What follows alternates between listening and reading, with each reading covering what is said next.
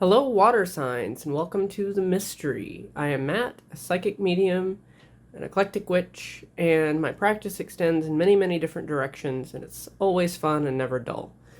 I'd like to present you with your charm casting forecast for the week of June 12th through June 19th of 2022. Remember, these are not timeless readings, so therefore, what you see is what you get for the week of June 12th through June 19th. If you see these 6 months from now, they won't apply nearly as much as the ones that are fresh then. Okay, let's go ahead and get into your reading.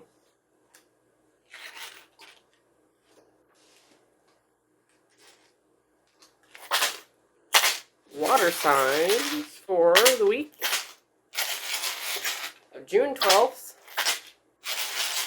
through June 19th of 2022.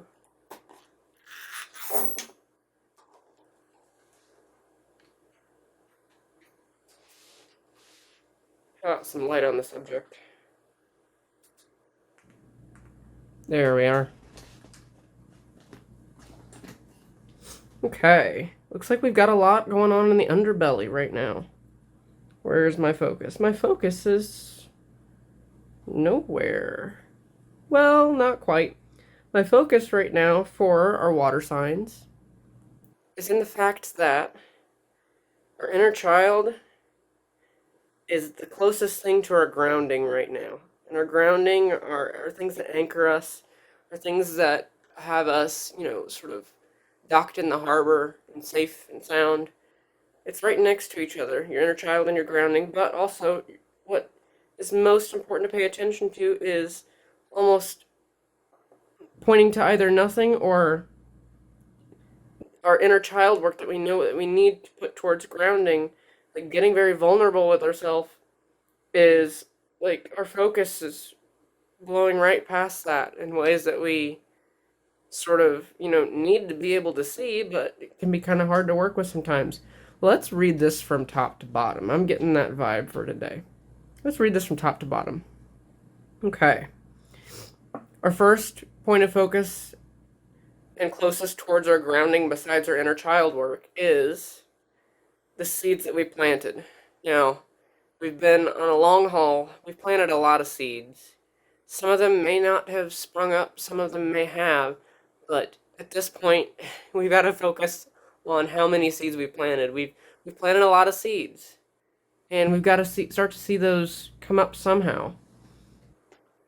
I'm being directed to say definitely, like, the journey that you need to take this next week is getting yourself in your own happy little astral vehicle and driving away from anything that promotes you not being loyal to yourself. So, needing to be loyal to yourself, needing to be, again, almost cunning with how you approach your own intimacy with yourself. And the way I'm seeing it right now is needing to be vulnerable with yourself isn't even the half of it. It's almost like you're needing to lay yourself open to yourself and sort of internalize a lot of the things that you have when it is regarding your own self-talk, your own mental chatter, and almost brute forcing the messages that you tell yourself and, deciding what's helpful and deciding what's not. And you're going to get messages that come right in between brute forcing and being laid open vulnerably. You're going to be getting a lot of messages in there, and they will point right back to you needing to be loyal to yourself. It's either one way or the other in this case. It comes in full circle, literally, but it's either one way or the other. Either you brute force it, or you get laid open and very vulnerable.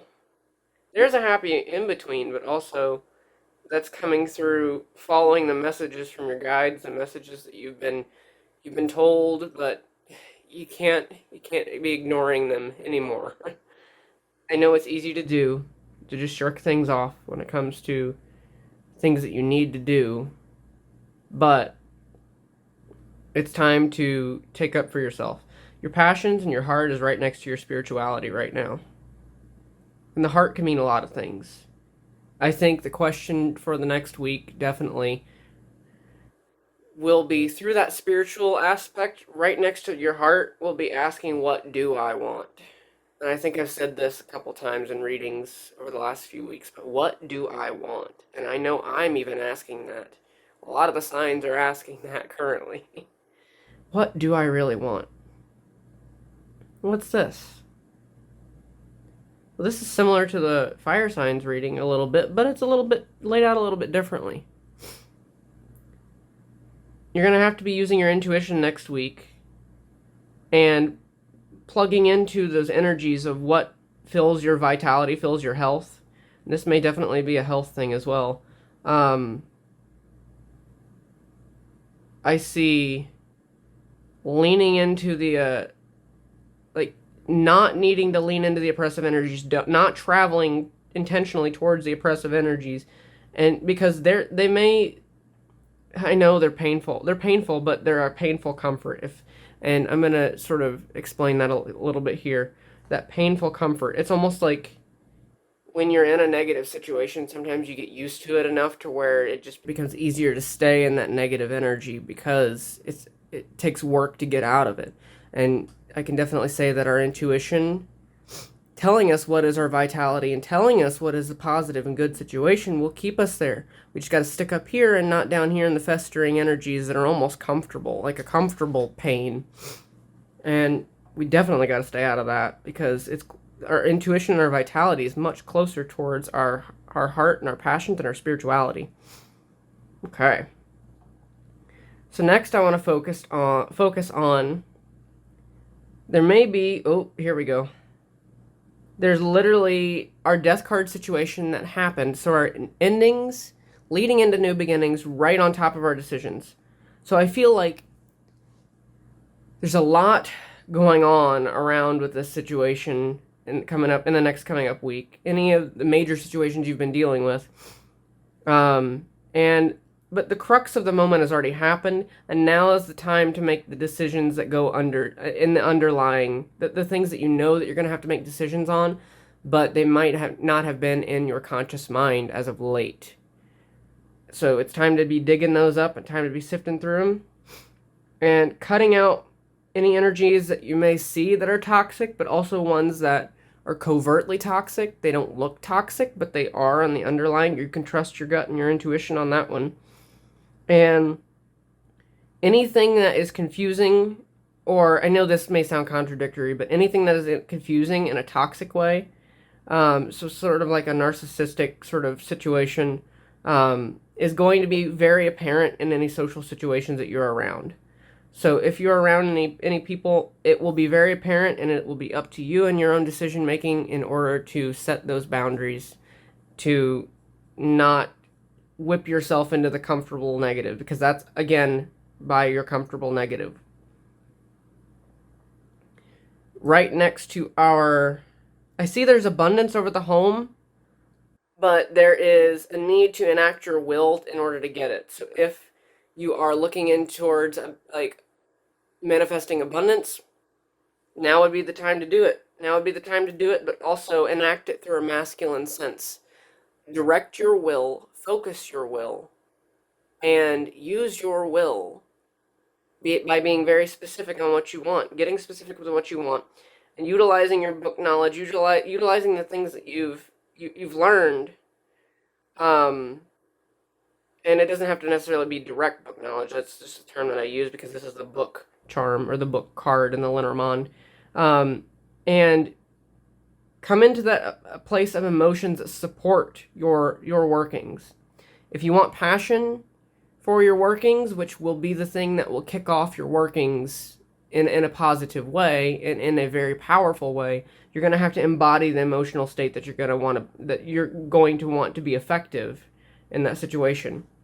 And I see a lot of unlock moments, a lot of road opening moments that come with turning away from the negative for your hopes and dreams, needing to be in the feminine aspect, so needing to be in your spirituality a little bit more, and seeing some opportunities for road opening and taking them.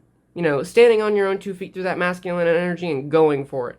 Because right now, you have new starts that are right on top of commitment, but underneath commitment is your boundaries and your blockages, your barriers. And it's almost like you have to decide which is which and which one you want to live in. I personally, if I were in this situation, would want to live in my new start. Some people may choose to live in their boundary for a little bit, but that's their own healing. But do you want to live on the underbelly, or do you want to live on what is up above the surface? You decide. Okay, let me see here. I think that was all of our charms for this week. And like I said, you can hit me up in anything that is in the description to find my support, to find private readings with me, and both in person and virtual. In person if you are local. And you can definitely like, subscribe, and comment if you found this helpful to you. It also helps me with the algorithm and gets these messages out to more people who need to see them. Again, I would like to say thank you so much for all your love and support, and I will see you next week.